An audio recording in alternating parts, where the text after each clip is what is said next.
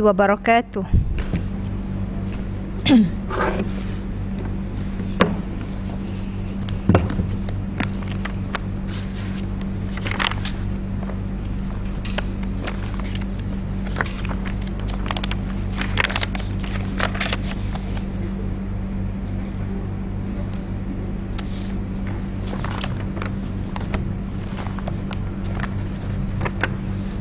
Bismillahirrahmanirrahim.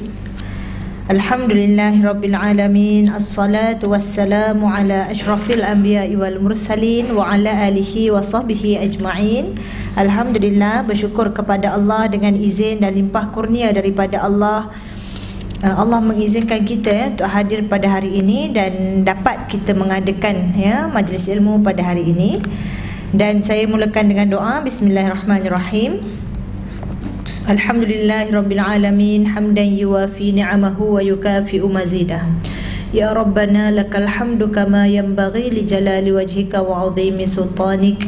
Rabbana zidna ilma warzuqna fahma. Ya Allah, tambahkanlah kepada kami ilmu pengetahuan dan rezekikanlah kami dengan kefahaman agama. Rabbana taqabbal minna innaka antas sami'ul alim. Ya Allah, terimalah daripada kami dan Engkaulah yang maha mendengar lagi maha mengetahui. Ya Allah, janganlah Engkau jadikan dunia sebagai tujuan ilmu dan amalan kami. Janganlah Engkau jadikan musibah dalam agama kami. Wa sallallahu ala Muhammad wa ala alihi wa sahbihi baraka wa sallam. Alhamdulillahirabbil alamin. Ya rabbal alamin. Alhamdulillah, sahabat-sahabat sekalian, kita berada dalam bulan kemerdekaan ya. Jadi bila sebut bulan kemerdekaan ni, banyaklah benderanya dan semangat patriotik. Jadi awal-awal ni kita selit sikit lah ya. Kita ni kadang-kadang kita selalu merendah-rendahkan bangsa kita ya. Malaysia kadang banyak pula kita komplain kan. Tapi sebenarnya dalam diri seorang Muslim tu kita sepatutnya ada sifat cintakan. Bukanlah cinta membabi buta ya, tetapi kita kena ada rasa sayang kepada negara kita. Semangat patriotik tu kena ada lah. Rumah ada bendera dek ya, kalau ada beli, kalau tak ada belilah ya. Bukanlah kewajipan, tetapi salah satu tanda ya kita meraihkan kemerdekaan. Tapi kemerdekaan daripada penjajah ini yang kita kecap hari ini ialah hasil juga izin Allah dan usahanya daripada pejuang-pejuang terdahulu ya. Kalau baru-baru ni kita ada cerita Mat Kilau, jadi famous ya, mengangkat nama pejuang-pejuang Melayu. Selain daripada almarhum Mat Kilau, ada lagi pejuang-pejuang lain yang sememangnya tergolong daripada golongan ulama, dan mereka juga pejuang ya untuk memperjuangkan kemerdekaan negara kita. Maka kita rasa bersyukur kerana kita hari ini dapat hidup dengan aman, mengamalkan agama Islam dengan aman ya, bahkan diberikan dana lagi untuk kita buat program-program ya, diberikan kebebasan, dan inilah patut kita syukuri. Cuma bagaimana dengan diri kita? Kebebasan kita untuk memilih banyak zaman sekarang kan, tetapi kita kena bijak memilih supaya tak terbelenggu dengan penjajahan hiburan, hedonisme, budaya hiburan yang lebih-lebih, penjajahan material ya, yang menyanggupkan kita untuk buat semua kerana material ya. Ini kita perlu bebaskan lah ya. Mungkin musuh yang ada bukan musuh yang nampak, tetapi musuh yang tak nampak ya. Daripada syaitan tu memang ya dah, tetapi daripada ancaman-ancaman ya yang berada di sekeliling kita, ancaman pemikiran, ancaman pemahaman, ancaman social media ya, banyak perkara-perkara yang perlu kita bebaskan daripada belenggu supaya kita dapat mengamalkan syariat dengan betul-betul sebenarnya, insya-Allah. Jadi kita masuk wasiat yang ke-11 ya, muka surat itu buku lain kan. So kalau buku sama dengan saya muka surat 205, tak apa, yang buku tu wasiat yang ke-11 ya. Keturunan tidak diperlukan pada hari hisab. Minggu lepas saya ingat lagi kita buka 3 ya. Kita buka 3 tajuk kan. Betul ya Kak? Kenapa Kak berkerut? Betul ke tak? Betul okeylah, betul. Saya memang catat.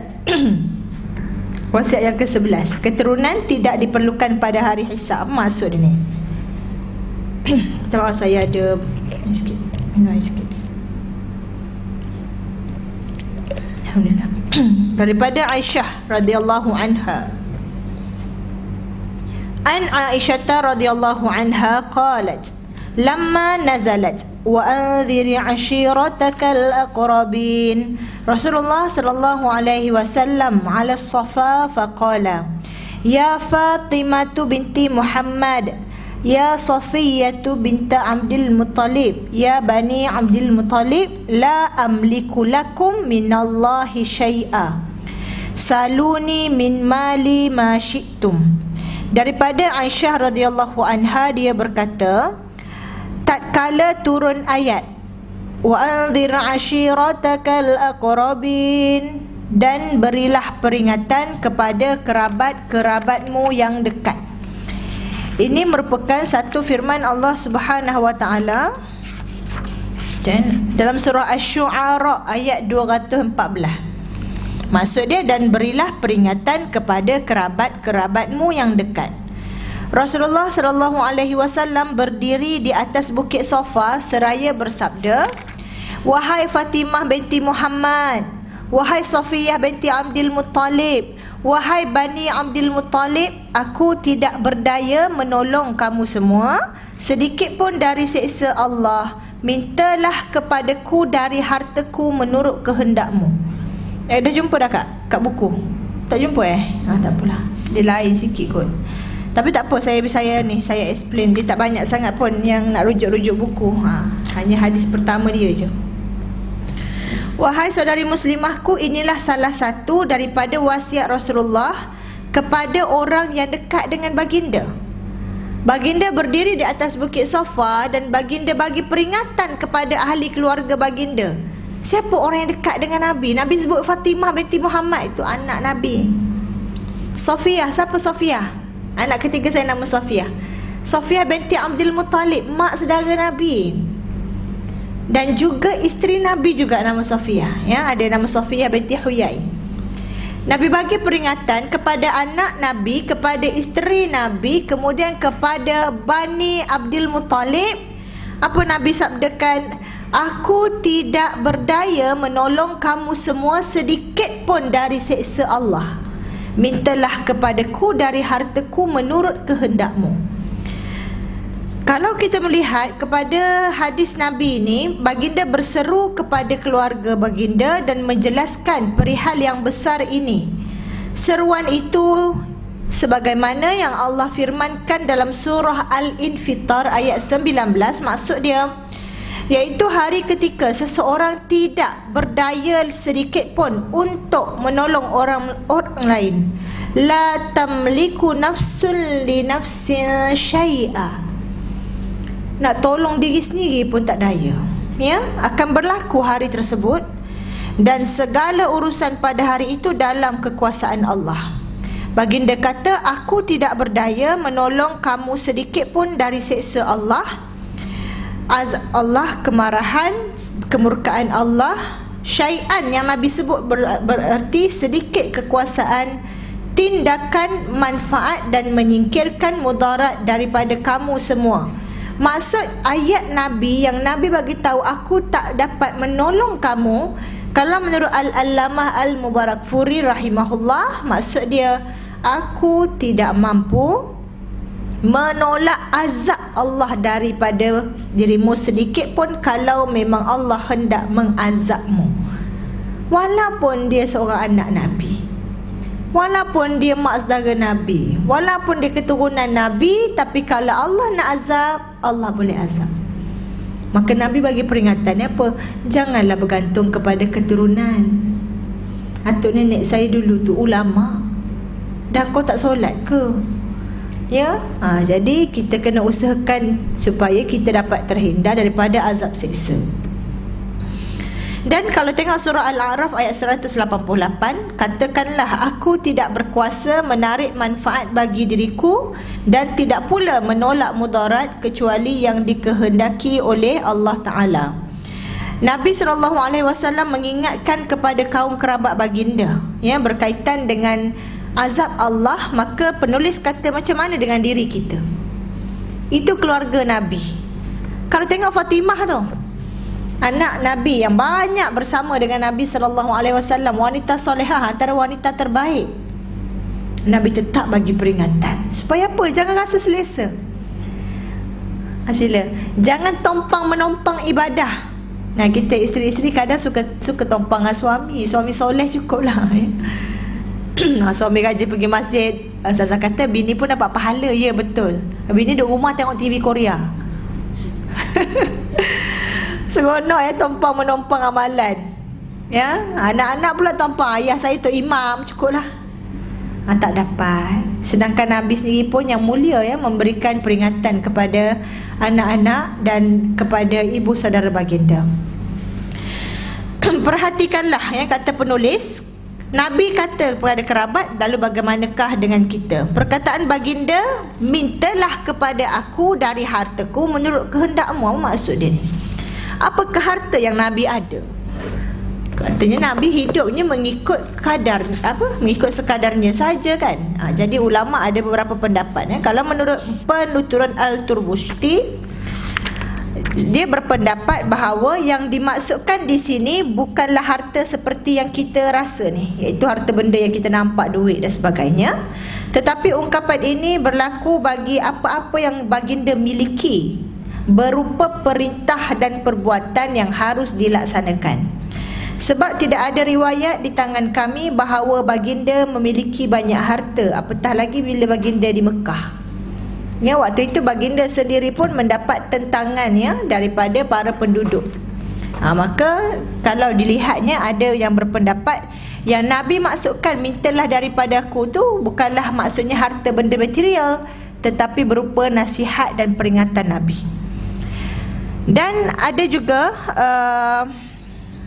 yang berpendapat ya bahawa dari dan menurut terjadi pemisahan antara keduanya menurut sebahagian orang yang tidak menelitinya dari para rawi dan ditulis secara terpisah, dan pendapat ini ditolak oleh firman Allah, dan dia mendapatimu sebagai seorang yang kekurangan, dan lalu dia memberikan kecukupan. Maka maksud kecukupan di sini dengan harta Sayyidatina Khadijah sebagaimana yang dikatakan para mufassir. Di samping itu, kalau baginda tidak ada harta pada ketika itu, bukanlah bermaksud baginda bukan bererti baginda tidak mengharuskan dirinya untuk bersikap dermawan apabila sesudah itu baginda memiliki harta sehingga janji itu ditakwilkan menurut keadaan ini. Jadi ada dua pendapat. Pertama yang mengatakan mintalah harta itu maksudnya harta berupa nasihat, peringatan, dan ada yang berpendapat harta itu memang harta lah. Sebab Nabi bukan tak ada duit, Nabi bukan tak ada harta, Nabi ada. Terutamanya bila ketika itu baginda sedang berkahwin dengan Khadijah. Khadijah wanita yang kaya raya, mesti ada harta. Dan juga harta yang kemudian mungkin Nabi ada sebelum baginda wafat, mungkin ada harta peninggalan. Maka ada juga yang berpendapat memang itulah harta yang dimaksudkan. Kemudian kedudukan orang mukmin ini dinilai berdasarkan takwa. Nasabnya adalah Islam dan kemuliaannya adalah iman. Maka orang beriman kena mengangkat kedudukan dengan amal soleh, dan kita berpegang kepada keturunan asalnya dan bersandar kepada kemuliaannya. Pada hari kiamat, sangkakala dah ditiup dan setiap orang akan dibangkitkan daripada kubur, maka orang akan memisahkan diri daripada ibu bapa, isteri dan anak-anak. Sayang macam mana pun kita kepada mak kita ke, sayang dekat anak ke, sayang pada suami ke, kita tidak akan boleh memberikan mereka apa-apa mudarat atau manfaat di akhirat nanti. Kalau Allah nak mengazab mereka, mereka tidak ada amal, Allah azablah. Maksudnya tak bolehlah nak tompang menompang amalan. Yang boleh tompang menompang apa? Tompang menompang semangatlah. Buat sama-sama, bukan awak buat saya dapat. Betul, memang ada. Kalau kita memberikan sumbangan, macam isteri bagi suami keluar rumah, isteri duduk rumah jaga anak, jaga rumah, dapat pahala. Tapi isteri tak boleh pula sampai tak solat. Yang wajib tetap kena buat. Ya adik-adik, kalau nak masuk syurga jangan tompang amalan mak. Sebab tu mak suruh jadi orang yang solehah kan, supaya dapat masuk syurga sama-sama. Bila kita masuk syurga, kita boleh bertemu kembali dengan ahli keluarga kita. Tetapi ketika ditiup sangkakala, Allah berfirman ya dalam surah Al-Mu'minun ayat 101 hingga 103, keadaannya di hari kiamat nanti, hari akhirat nanti, apabila sangkakala ditiup, tidak ada lagi pertalian nasab di antara mereka pada hari itu. Lupa. Sayang, saya rasa kalau paling sayang mak kepada anak tak ada dah. Masing-masing memikirkan hal masing-masing, dan tidak pula mereka saling bertanya, kau macam mana lepas ke tidak? Tak ada, tak boleh ya. Dan memang ambil pahala mak sikit, tak boleh. Masing-masing semua fikir diri sendiri. Jadi sebab itu mak kena biar anak berdikari, beramal. Itu kalau mak kejut solat, mak suruh mengaji bukan untuk diri mak tu, tapi untuk anak tu sendiri. Ya, jadi kita nak menyelamatkan keluarga, nak jumpa balik dalam syurga, nak makan buah sama-sama, nak make up sama-sama, ya. Orang kata kalau Ummu Salamah pernah tanya Nabi, bagaimana gambaran wanita syurga tu? Kulit mereka seperti sutera. Cuba rasa kulit masing-masing. Kapet ke sutera? Kulit mereka bagai sutera, pakaian berwarna hijau. Kau warna hijau dah ni. Sanggul daripada mutiara, sikat daripada emas. Ini gambaran wanita syurga. Dan apa yang kita bayangkan, yang ada tu lebih baik lagi daripada apa yang kita bayangkan. Nak dah masuk syurga dengan keluarga? Nak. Sebab tu dekat dunia ni kena sama-samalah saling menasihati. Tak boleh biar. Ya, kemudian barang siapa yang berat timbangan kebaikannya dalam surah Al-Mu'minun tadi, maka itulah orang yang mendapat untung. Dan barang siapa yang ringan timbangannya, maka itulah orang yang merugikan dirinya sendiri. Mereka akan kekal di neraka Jahannam. Dalam surah Abasa pula Allah berfirman, dan jika datang suara yang memekakkan, ini ialah tiupan sangkakala yang kedua. Kita ada dua tiupan sangkakala. Pertama yang mematikan, yang kedua menghidupkan kembali. Bila tiupan yang kedua pada hari itu, ketika manusia lari dari saudaranya. Yauma yafirrul mar'u min akhi, dalam surah Abasa. Dan kalau kita tengok daripada surah-surah juzuk Amma, kalau tak ada kerja kan, ataupun cari masa, duduk baca terjemahan Quran. Ada kat rumah terjemahan Quran, ataupun ambil kat surau ni kan, pinjamlah, jangan bawa harta pula ya. Buka terjemahan, buka juzuk 30, baca, menitih air mata baik. Ya. Banyak ayat-ayat yang mudah difahami. Kiranya ialah ayat Quran ni kita kena tengok tafsiran dia. Kadang kita tak boleh faham secara langsung macam tu kan.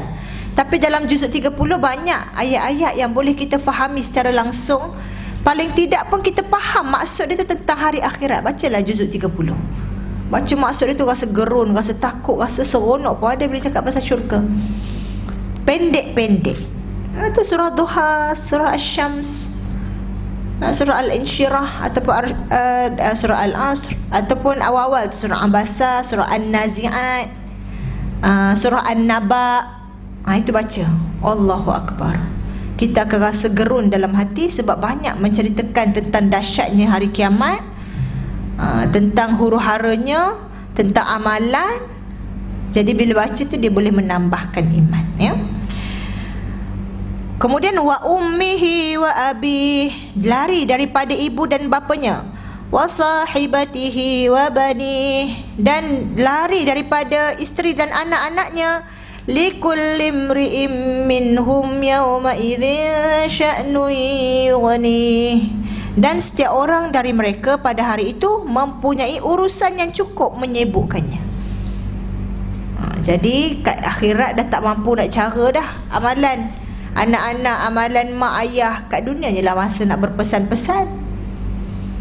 Contoh ya, kalau kita ada ibu ayah yang masih lagi berada dalam kemungkaran, contohlah, tengok mak tu dah tua dah, Allah comelnya, mak tu dah tua dah, tapi masih lagi, kalau dah tua-tua tu biasa adatnya orang banyak lah beramal kan. Mak kita dah tua hari-hari tengok TV je gayanya kan. Nak cakap serba salah. Lepas tu keluar rumah tak pakai tudung. Dia bukan tua ganyut tua tapi tua masih tua bergetah. Serba salah pula nak cakap dekat mak. Tapi sayang mak, cakap lah. Tapi jangan tegur dekat pasar. Kat pasar juga nak tegur mak dia kan. Masuk bilik, usap-usap sikit, bagi hadiah-hadiah sikit, barulah tegur. Begitu juga dengan mak ayah. Kadang anak-anak takut nak tegur anak-anak remaja kan. Ada konflik ya, ada apa, takut sentak, takut lari rumah. Cuba tegur baik-baik. Yang penting tegur supaya kita tak menyesal.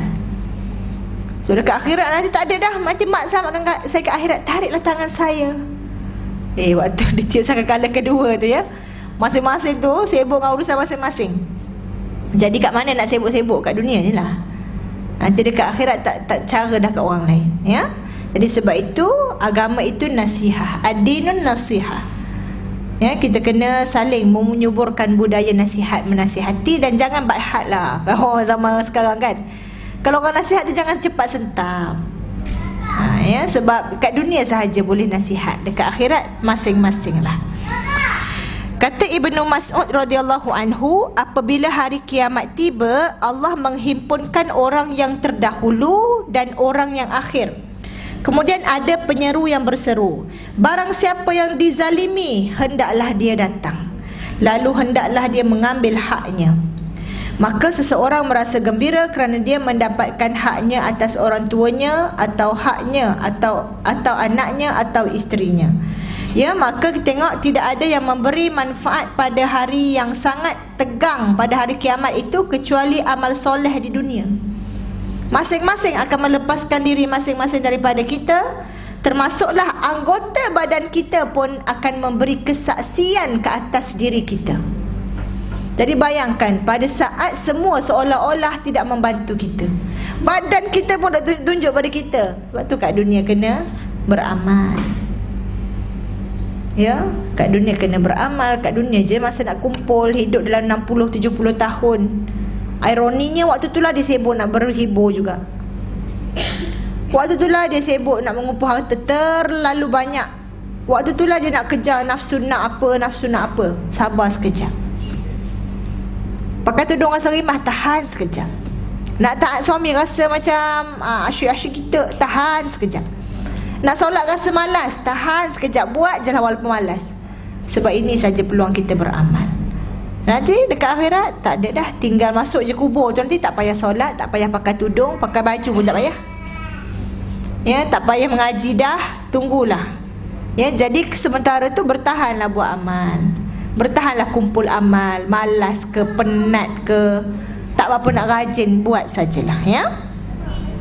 Al-yawma nakhtimu ala afwahihim wa tukallimuna aydihim wa tashhadu arjuluhum bima kanu yaksibun. Biasa dengar tak? Surah Yasin. Ya. Pada hari ini nakhtimu ala afwahihim. Pada hari ini kami tutup mulut mereka dan tangan mereka berkata kepada kami, dan kaki mereka memberi kesaksian kepada apa yang dahulu mereka buat. Ini pada hari kiamat. Maka tangan buatlah amal banyak-banyak. Janganlah cubit-cubit anak sangat. Sajalah ya. Sebab saya pun banyak anak kecil juga. Ya, tangan tu jangan guna untuk buat benda maksiat. Jangan chatting power, I love you, tak payah. Ya. Ibu-ibu, tangan tu lah kita masak, pahala. Tangan tu selak Quran, pahala. Tangan ni tunjuk baca Quran. Tangan ni datang bawa kitab, baca buku, pahala belaka. Jadi jaga-jaga dengan setiap amalan. Mulut ditutup pada hari itu supaya mulut tidak dapat membawa alasan untuk membela kita. Satu lagi ya, pada hari ketika lidah, tangan dan kaki menjadi saksi atas mereka terhadap apa yang dahulu mereka kerjakan. Dan mungkin kita tertanya-tanya, kenapa badan kita ni memberi kesaksian kepada kita? Kenapa badan kita ni macam membelot pula ni? Maka firman Allah menjelaskan dalam surah Fussilat ayat 21, dan mereka berkata kepada kulit mereka, mengapa kamu menjadi saksi ke atas kami? Kulit mereka menjawab, Allah yang menjadikan segala sesuatu itu pandai berkata, telah menjadikan kami pandai pula berkata, dan dialah yang menciptakan kamu pada kali yang pertama, dan hanya kepadanya lah kamu dikembalikan. Maka cuba kita tengok hari itu nanti, kita kalau kat sekarang kita boleh kontrol, nak angkat tangan, ya, nak tulis, nak kelip mata. Dekat akhirat nanti ibarat macam ni, macam cerita kartun, pernah tengok tak? Bayangkan je lah macam tu, ibarat tak boleh nak kontrol. Apa lagi yang kita harap pada hari itu? Amal soleh sajalah. Sebab itu Allah memberikan, ada makhluk comel tengah mengintai, saya jadi nak tertengok. Sebab itu Allah kan memberi gambaran begini dalam Quran. Untuk apa? Untuk kita picturize.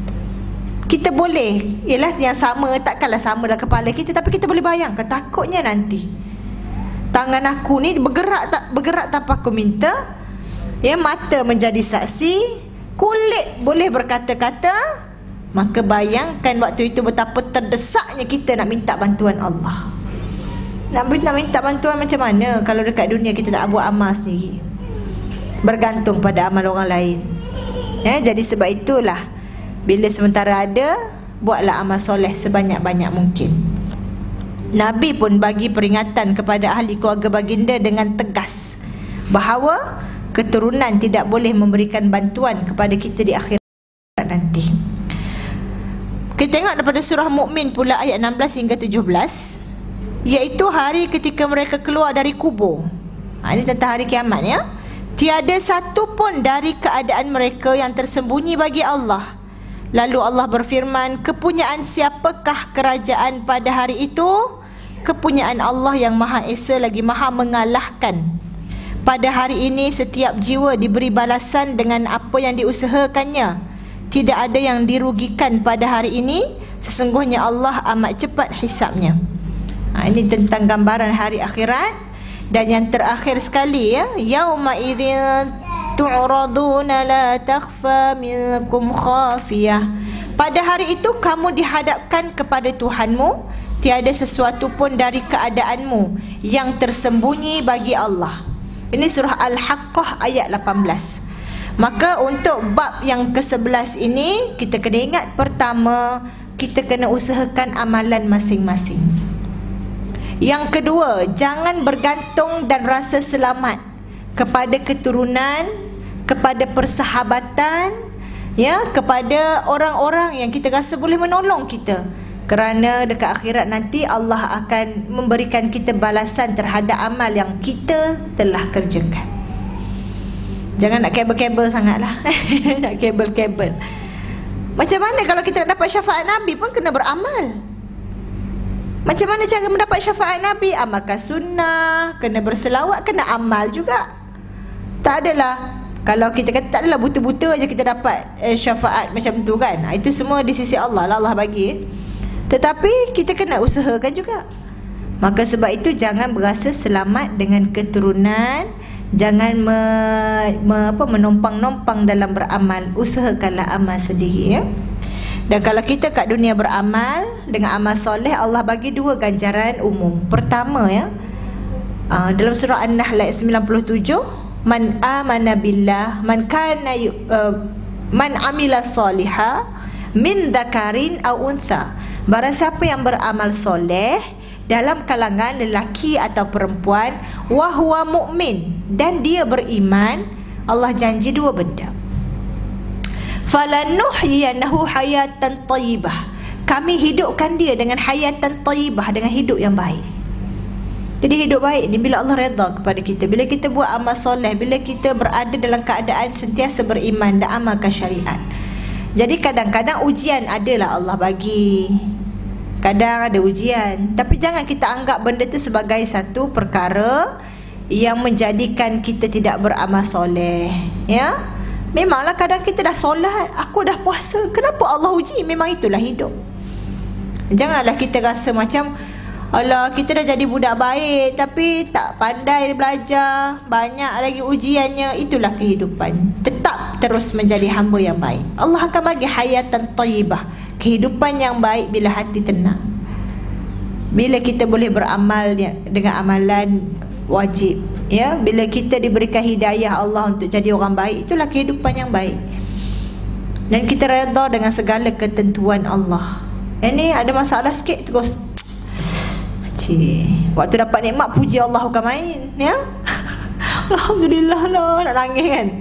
Tapi bila Allah petik uji sikit je dah cepat-cepat merengus, ya. Itulah manusia. Kecuali yang apa dia dan surah Al-Ma'arij, kecuali orang yang ala solatihim daimun, orang yang dalam solat dia konsisten melaksanakan. Maka dekat dengan Allah ni bukan bermaksud expect hidup lancar smooth, tidak. Tapi bila ada ujian, hati kita kuat. Allah bagi qada qadarnya, kita redha, ya. Dan Allah bagi kita izin, dan kita dapat beramal dengan amalan-amalan. Jadi rasalah kita hidup tu bertuhan. Tapi kalau kita perasan makin lama makin kurang amal, kita makin malas, makin tak lazat beribadah, kena get back on the track lah. Jangan biar lama-lama. Kadang ada waktu kan kita rasa malas solat, kadang rajin sangat. Kadang kalau perempuan lepas period ke, lepas pantang ke kan, dah lama cuti je kan, get back on track. Jangan dia ikut rasa malas tu sangat. Sebab tak mesti nak kena tunggu rasa lazat beribadah baru nak buat ibadah. Saya menunggu kemanisan dalam solat. Pas cerah lah tak dapat, dah tak solat-solat dia. Solat dulu, khusyuk dulu, cuba dulu. Allah bagilah lazat tu. Jauhkan dulu pada maksiat, Allah bagi kelazatan dalam taat. Maka kita usahakan dulu, ya. Kemudian yang kedua tadi, yang kedua jangan tompang menompang. Dan yang ketiga, kita banyakkanlah membaca surah-surah, membaca maksud-maksud berkaitan tentang hari kiamat, untuk menambahkan keyakinan dan motivasi kita untuk beramal. Sabajak je, ya. Dunia ni singkat saja. Maka kalau kita sia-siakan, tak ada lagi dah di alam barzakh peluang untuk beramal. Itu pun sekarang banyak kan berita kemalangan, berita orang muda meninggal. Maka jangan sia-siakan. Adik-adik kalau dah balik, tak boleh main-main dah, ya. Dah balik, dah period tu, kena terus beramal. Jadi sebab tu mak latih pada awal kan, latih awal-awal pakai tudung, supaya nanti bila dah balik taklah terkejut. Semalam pakai rambut mengerbang ni keluar pada kuartus kan. Kuartus ke panggil ni? Kuartus kan. Lepas tu dah period, nak suruh anak tutup aurat lengkap. Terkejutlah budak tu kan. Kalau sebelum ni tak ajar solat, bila dia period terus nak solat 5 waktu.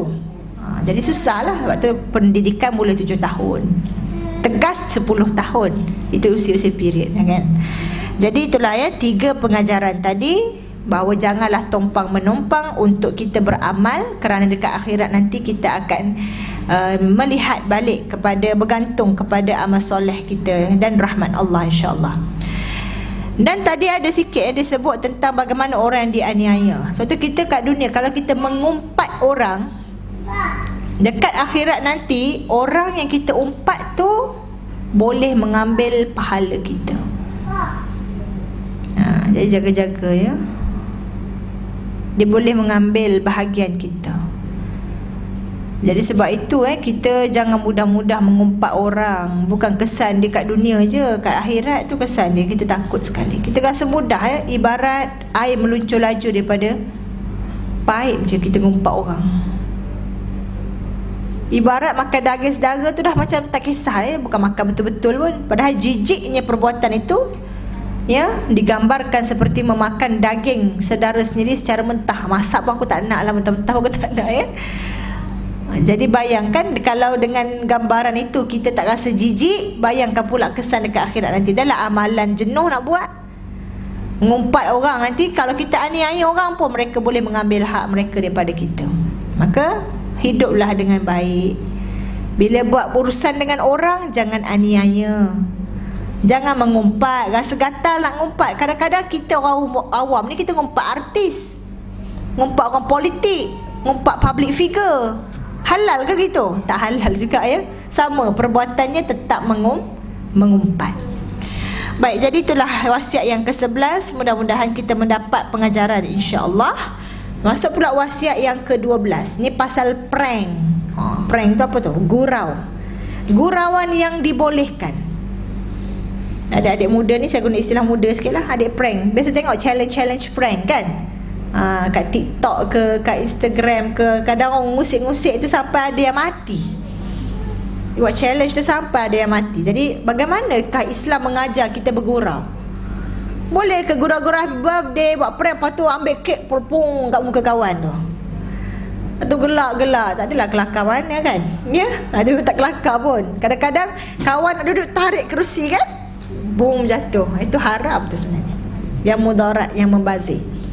Jadi dalam Islam boleh ke bergurau? Ke kena serius aja macam ni, jangan rancang ceramah kan? Islam bagi kita bergurau, tetapi ada syarat dia, ya. Ni kita tengok sikit. Hadis ni pendek. An Aisyah radhiyallahu anha annaha zaffat imra'atun ila rajulin minal ansar. Faqala an-nabiy sallallahu alaihi wasallam, ya Aisyah, ma kana ma'akum lahwun fa innal ansara yu'jibuhumul lahwu. Daripada Aisyah radhiyallahu an, bahawa dia menghantarkan seorang pengantin wanita kepada pengantin lelaki dari Ansar. Ansar ni kaum, ya, yang berada di Madinah. Lalu Nabi SAW bertanya, wahai Aisyah, tak ada ke? Apakah tidak ada hiburan bersamamu semua? Kerana orang Ansar itu senang kepada hiburan. Maka Nabi SAW tanya Aisyah, tak ada ke apa-apa bawa sama dengan rombongan pengantin tu, hiburan-hiburan, ya? Maka apakah hiburan dan gurauan yang dibolehkan? Ini hadis yang sahih, ya. Islam ni agama yang meraihkan fitrah manusia. Fitrah manusia dia ada emosi-emosi yang perlu diraikan. Ada rasa nak seronok juga, ada rasa sedihnya. Sedih pula, kalau sedih boleh tak nangis? Boleh, kecuali nanti kita tengok, kecuali tangisan yang sampai mengoyak-ngoyak baju, tangisan yang menghilangkan kita punya perangai yang baik, tangisan yang menyebabkan kita hilang pertimbangan, itu yang tak boleh. Tapi Islam bagi kau menangis ke, kau marah ke, tapi jangan buat benda yang haram. Kalau marah ada teknik dia, Nabi ajar bagaimana. Bila berdiri, duduk, bila duduk kita baring, ambil wuduk, ya, kita baca ta'awuz. Jadi emosi-emosi ni Islam raikan. Fitrah, suka-suka Islam raikan adanya pernikahan. Islam tidak pernah mengharamkan pernikahan kepada orang normal yang boleh menikah. Kecuali lah kalau ada mudarat, itu baru tak boleh kahwin. Jadi Islam ni agama yang meraihkan fitrah manusia. Ya, maka kita tengok hati itu boleh bosan sebagaimana badan. Jadi hati ni kadang-kadang kita kan, ada orang dia buat ayat menghilangkan jemu beribadah. Tu dia ayat dia kan. Dan dalam kita bukan nak kena mengaji selalu, mengaji 24 jam, ya. Nak solat 24 jam. Sebab tu 3 orang datang pada Aisyah tanya bagaimana dengan ibadah Rasulullah. Mereka kata pada Aisyah, seorang kata, aku ingin beribadah pada waktu malam dan aku tak nak tidur. Yang kedua dia kata, aku nak berpuasa dan aku tak nak berbuka. Yang ketiga kata, aku nak ibadah dan aku tak nak kahwin supaya tak terganggu ibadah aku. Maka Nabi pangkah balik mereka. Maksudnya Nabi menegur. Nabi kata, aku ni Rasul. Aku ni solat malam dan aku ada bahagian tidur. Aku berpuasa dan ada masa aku berbuka. Kemudian aku juga berkahwin. Padahal Nabi sendiri ialah orang yang paling takwa yang tinggi. Kemudian baginda maksum. Baginda tetap buat ibadah dan baginda ada masa rehat. Baginda ada masa bersama isteri. Baginda ada masa yang diluangkan untuk sahabat-sahabat. Jadi baginda mengamalkan balance dalam kehidupan. Balance tu bukan maksud hiburan 50, ibadah 50. Tidak. Balance tu apa? Letak benda pada tempatnya, adil lah. Jadi hiburan keperluannya hanya sedikit. Yang tak boleh kalau kita berhibur banyak kemudian mengabaikan ibadah yang lain. Yang tak boleh kalau dalam berhibur ada maksiat. Boring lah, lepas ngaji boring tengok TV, laki perempuan buatlah adegan yang tak senonoh. Tak boleh lah tengok. Bayangkan baru tadi kita bacakan bagaimana badan kita akan menjadi saksi. Tu mata tu baru pandang Quran, kau bagi tengok benda kotor pula. Saya sebut benda kotor je lah, senang faham, ya. Tak malukah kita dengan Allah? Telinga, dengar bacaan Syekh Bandar Bali lah, Imam Masjidil Haram, the same telinga tu dengar benda-benda yang tak elok. Ya, tangan memegang mushaf, tangan yang sama buat maksiat, janganlah.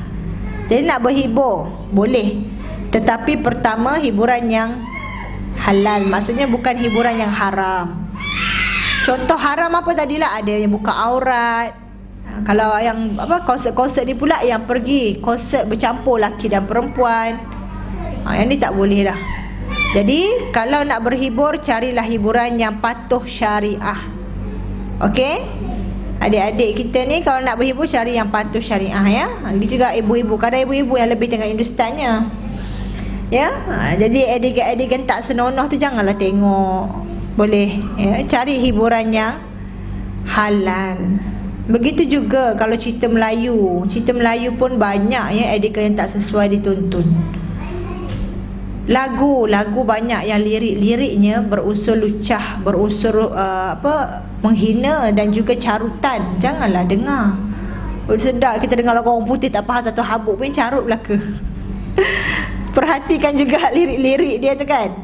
Jadi jangan berhibur dengan perkara yang haram. Yang kedua, jangan sampai hiburan tersebut mengenepikan perkara yang wajib ya? Jangan sampai tertinggal benda wajib. Contohnya solat maghrib pukul 8 malam baru solat. Sebab apa? Memanglah waktu ada lagi. Sebab dia tengok drama pukul 7 sampai 8. Jadi dia lewatkan solat, sengaja melewatkan solat kerana nak tengok TV je pun. Yelah Kang, tengok TV, Kang solat waktu TV masih ada Kang, tak khusyuk pula kan. Terfikir-fikir. Jadi janganlah diutamakan benda yang tak penting. Yang ketiga tadi, jangan sampai mengabaikan. Dan yang ketiga, hiburan tersebut hanya sedikit sahaja untuk menghilangkan kebosanan ataupun untuk hiburan lah, tetapi bukanlah perkara pertama atau utama yang dilakukan dalam hari-harian. Jadi kalau kita melihat sekarang budaya hedonisme, minta maaf saya sebut, ada video reel juga, ada TikTok juga, ada Facebook juga. To be honest, kadang-kadang saya pun kalik juga sebab memang menarik ya. Walaupun saya tak faham apa objektif, bisu boleh tulis, kau boleh cakap-cakap je lah kan. Tapi benda tu seronok dia tengok. Dan ini bahaya sahabat-sahabat muslimat, dia boleh memerangkap masa kita. Scroll resepi lah konon-kononnya, tapi dia galik sampai sejam. Lepas tu dia order food panda pula. Dah habis masa kan. Dah habis masa nak memasak, anak dah lapar, lama tak sempat lah, tergalik pula tengok resepi kan. Betul tak adik-adik? Menarik kan video kan? Ini cabaran zaman kita. Saya rasakan zaman sekarang bukan budak-budak je, mak-mak pun addicted telefon ya. Jadi sebelum tidur tu bercahaya je muka dia kan. Waktu tu lah nak shopping lah, nak apa kan. Jadi jaga-jaga dia punya hiasan dan tipu dayanya cukup licik. Saya tak kata semuanya haram, tidak, tapi kita yang kena kawal diri kita.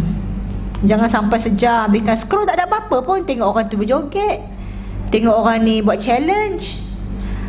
Dan suami, jangan buatlah challenge suami isteri yang berkaitan konten di bilik tidur tu, tak boleh ya, haram ya. Kita memberikan satu gambaran terhadap hubungan suami isteri dalam bilik tidur.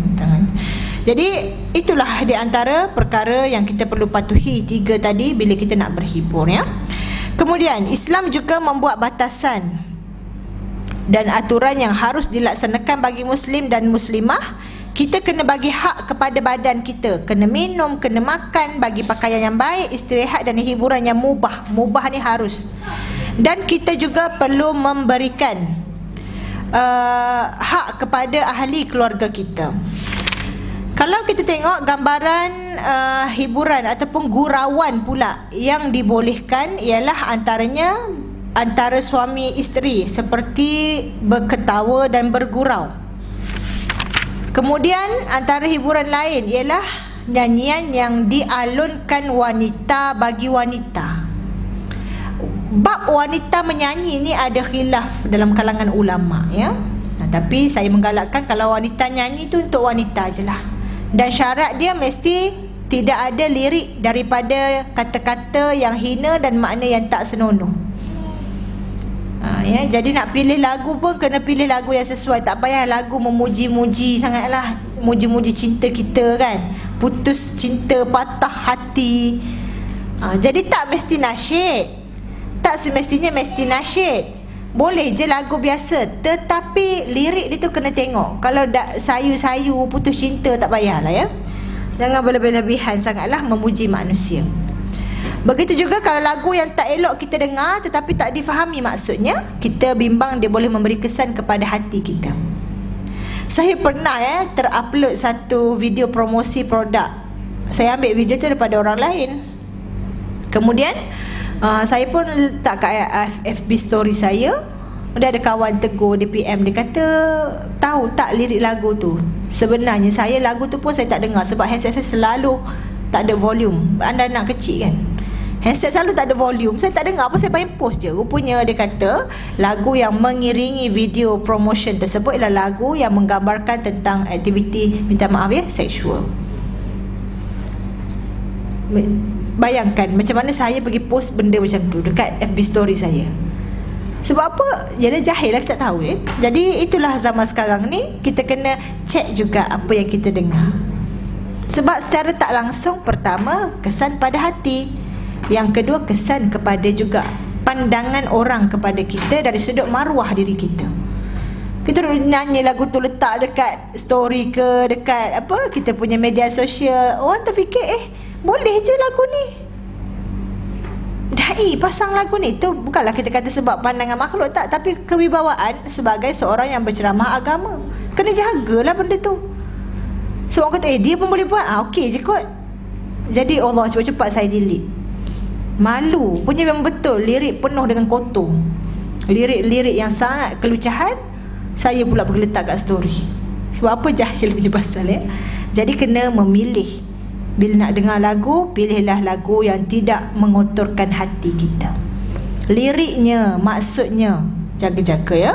Kemudian jangan nyanyian ini ada pendapat ulama ya, ada juga yang tidak membenarkan beberapa alat muzik, tetapi kita mengikut, kalau ikut fatwa kontemporari oleh Profesor Dr. Yusuf Al-Qaradawi ya, adalah banyak-banyaklah pendapat tentang alat muzik ni.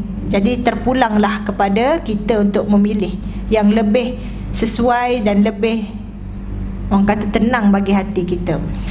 Namun kalau tengok akhir zaman ni, nyanyian ya termasuk dalam acara tertentu, sampai kehidupan wanita penuh dengan hiburan dan menjadikan perempuan ni malas buat kewajipan. Kalau ikut awalnya, hiburan tu untuk menghilangkan jemu beribadah ataupun menghilangkan jemu lah, dah bosan sikit je. Tapi sampai sekarang, hiburan pula yang banyak sampai nak ibadah jadi malas. Yang ini tidak dibenarkan. Jangan sampai hiburan menyebabkan kita malas beribadah. Sifir dia mudah. Makin banyak berhibur, kita jadi suka, kita tambahkan lagi hiburan, yang meningkat ialah nafsu. Maka bila nafsu meningkat, boleh senang ceritanya iman kita turun. Bila iman kita turun, kita rasa nak ibadah lebih ke berhibur lebih. Kita rasa nak berhibur lebih, kita tambah lagi, turun lagi iman. Dan bila iman turun, kita buat ibadah, kita rasa berat, kita rasa terpaksa, kita mudah berasa bosan, kita sikitkan pula ibadah. Jadi kalau sampai ke tahap ini, makin banyak tengok TV, makin banyak tengok movie, makin banyak tengok handset, solat pun cepat-cepat, baca Quran pun sikit-sikit ataupun tak baca langsung, stop. Dah, jangan teruskan. Ubah balik, pergi baca Quran, paksa dulu. Solat, usahakan awal waktu, kena ubah balik. Sebab iman kita memang yazid wa yankus, menaik dan menurun. Bila kita dah ada red flag ataupun red alarm tu, cepat-cepat ubah semula. Kita boleh perasan sebenarnya. Cuma kita nak pilih lah, nak lawan nafsu ke nak ikut nafsu. Kalau nafsu tak dilawan, dia akan menunggang kita. Tapi kalau kita melawan nafsu, kita boleh menunggang nafsu. Kita yang kawal ke arah mana. Sebab itu hiburan berbahaya kalau tidak pandai dikawal dan diambil kuantitinya. Kalau anak kecil main game mak, dia boleh kawal ya, cukup sejam je. Kalau orang besar, siapa nak kawal? Kita lah yang kena kuat mengawal diri sendiri. Itu muslimat, jangan melebih-lebihkan hiburan sehingga mengabaikan kewajipan. Daripada Muhammad bin Hatib Al-Jamhi radhiyallahu anhu, dia berkata, Rasulullah bersabda, ada pemisah antara halal dan haram, iaitu rebana dan suara. Ya, ini kalau kita tengok sumbernya ialah isnadnya hasan dan ditakhrij oleh At-Tirmizi, dan ini hadis hasan. Ya, hadis ini kita dapat ambil kesimpulan harus kita memainkan rebana dan nyanyian dalam pernikahan, asalkan terlepas daripada hal yang dilarang. Jadi kalau kita ada dalam majlis perempuan menyanyi dibolehkan. Dan antara hiburan lain ya yang dibenarkan ialah kita bermain game-game permainan, tetapi khusus untuk para wanita, dan tidak ada percampuran bebas di antara wanita dan lelaki. Jadi kalau ke konsert itu boleh jadi kepada haram bila berlakunya percampuran antara wanita dan lelaki. Bila konsert tersebut adanya isu-isu seperti perkataan mencarut, lirik yang tak bagus, boleh menjadi seluruhnya haram. Kan makin banyak konsert dah lepas Covid ni, makin banyak konsert. Nanti Intim pun akan buat konsert rasanya. Siapa nak pergi Rashid boleh lah, dah tahu lirik baik. Tapi tempat duduk tu jangan campur lelaki perempuan pula. Dah jadi campur kat situ, perbuatan bercampur lelaki perempuan tu dah haram dah. Jadi kena memilih, nak berhibur pun kena tengok. Kemudian kita tengok lagi hiburan yang kita kena jauhi, seperti televisyen, video, radio. Ini sebab buku ni lama tau, jadi dia tak up to date dengan handset semuanya. Kalau semua ini digunakan secara kebaikan, maka dibenarkan. Tetapi kalau digunakan secara keburukan, maka dia akan memberikan kesulitan dan kemudaratan kepada penggunanya. Sebab kita melihat juga ya, adanya agenda-agenda musuh Islam untuk melemahkan para pemuda terutamanya dengan gadget-gadget dan hiburan yang ditawarkan. Maka kita buatlah sehabis baik untuk menghindarkan diri daripada terjebak dengan hiburan yang melampau. Ini tak ada apa sangatlah ya. Jadi insya-Allah saya nak menggalakkan ibu-ibu juga. Baru semalam saya baca ada apps Durio. Mak-mak yang anak kecil pernah tengok tak? Durio. Apps Durio ni yang dia punya, tak tahu founder ke siapa yang mengasaskan tu, sama Sinan yang sama buat Digital Durian tu. Kemudian dia buat satu apps untuk kanak-kanak Muslim. Kalau kita buka macam YouTube Kids ataupun kita buat parenting control, masih ada lagi kartun-kartun yang mungkin tak selari dengan Islamic values kan. Tapi yang Durio ni memang Malaysia yang buat. Dalam dia ada Islamic content dan sesuai untuk kanak-kanak semua. So kita tak payah tapis-tapis dah.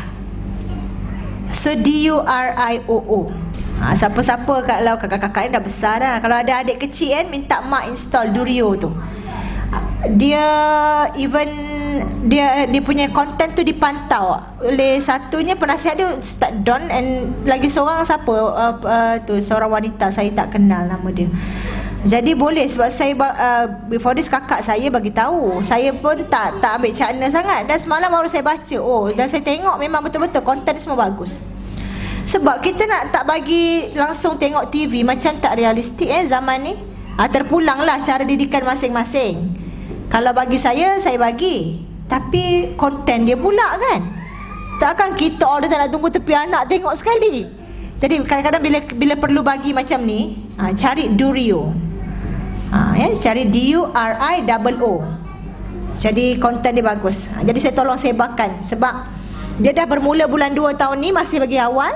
So kita banyak-banyak gunakan supaya dia boleh naik lagi. Dan kadang-kadang bila kita dengar lagu-lagu English kanak-kanak, dia terlentang tapi tak kuat. Saya tengok terlanggar. Kadang kita boleh tengok YouTube kanak-kanak, lagu dia kadang tak sesuai dengan nilai Islam. Contohnya rain go away, ya, hujan pergilah. Tak sesuai lah kita nyanyi, sebab hujan tu rahmat ya.